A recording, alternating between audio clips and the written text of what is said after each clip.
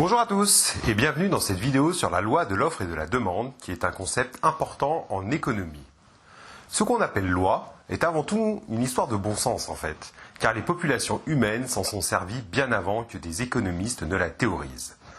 Il s'agit d'actions individuelles de la part de ceux qui vendent un produit et de ceux qui l'achètent sur un marché libre, afin que le prix et la quantité produite s'ajustent en fonction de ces mêmes vendeurs et de ces mêmes acheteurs.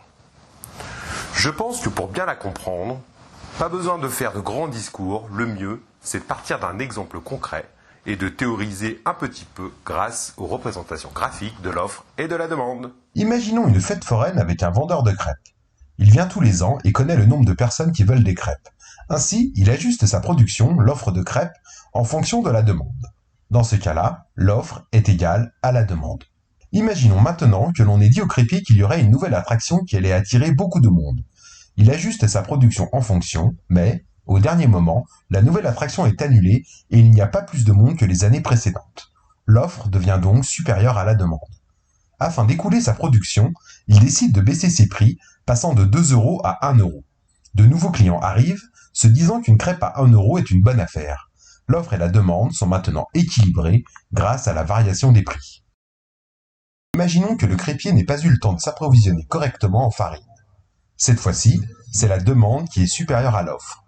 Comme il voit qu'il y a plus d'acheteurs que de crêpes à vendre, il peut augmenter ses prix. Il fait fuir certains clients qui se disent que 3 € c'est trop cher pour une crêpe. De nouveau, l'offre et la demande sont maintenant équilibrées grâce à la variation des prix. Les exemples que je viens de vous donner peuvent s'illustrer par les courbes de l'offre et de la demande. Commençons par la fonction de demande. Sur l'axe vertical, nous avons les prix. Plus c'est haut, plus les prix sont élevés. Sur l'axe horizontal, on a les quantités. Plus on va à droite, plus les quantités sont élevées. Si on se place à 3 € la crêpe, la quantité demandée par les clients est de 1. C'est logique, car la crêpe est très chère, faisant fuir les gens.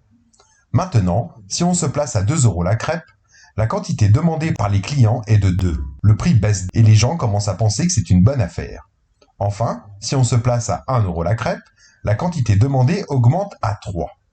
On dit que la demande est une fonction décroissante du prix. Plus le prix baisse, plus la quantité demandée est élevée. Passons maintenant à la représentation graphique de l'offre. Cette courbe est en sens inverse. Si on part du principe que le coût de production de la crêpe reste identique quelle que soit la quantité produite, plus il vendra cher, plus il voudra en vendre pour maximiser son profit personnel. On dit que la fonction d'offre est une fonction croissante du prix. Pour notre producteur, plus il vend cher, plus il veut vendre. Résumons un peu. En fait, ces deux graphiques représentent les désirs des demandeurs et des offreurs en fonction du prix. Les demandeurs veulent être ici. Ils achètent pas cher, donc ils peuvent en acheter beaucoup. Les offreurs veulent être ici. Ils vendent cher et cherchent donc à en vendre beaucoup. Ils vont pouvoir trouver un compromis ici. C'est le point d'équilibre qui maximise le profit du demandeur et de l'offreur. Reprenons maintenant l'exemple de notre crépier qui pense vendre plus de crêpes grâce au nouveau manège. Pour le même prix, 2 €, il pense vendre plus car il y aura plus de clients. Il anticipe donc un déplacement de la demande vers une quantité vendue de 3. Sauf que le manège n'est pas là, et que la demande reste ce qu'elle était l'année d'avant. Le crépier doit donc s'adapter pour vendre son stock de 3 crêpes, pour finalement les vendre à 1 €. Ainsi, les clients ont maximisé leur profit en même temps que celui du crépier. Revenons à notre situation de départ. Le changement, maintenant, vient du fait que le crépier n'ait pas eu le temps de s'approvisionner avant de venir à la fête foraine. Il n'a plus 3 piles de crêpes à vendre, mais une. Comme la demande reste identique, car il y a le même nombre de personnes à la fête foraine, il peut augmenter ses prix à 3 €. Nous avons vu, à partir de cet exemple, plusieurs points clés sur la rencontre de l'offre et de la demande. Nous avons tout d'abord vu que la demande est une fonction décroissante du prix. Et ceci pour deux raisons. L'effet revenu. Plus c'est cher, moins j'ai envie d'en acheter, à revenu constant.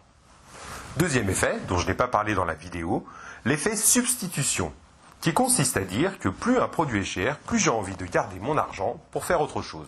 Pour reprendre l'exemple de la fête foraine, je peux tout à fait vouloir acheter des gaufres sur le stand d'à côté, ou alors dépenser un peu plus d'argent en manège et ne pas acheter de crêpes. Nous avons également vu que l'offre est une fonction croissante du prix. C'est-à-dire que le vendeur de crêpes, pour reprendre cet exemple, plus il vend de crêpes et plus il les vend cher et plus il est content. En économie, on appelle cela les opportunités de profit.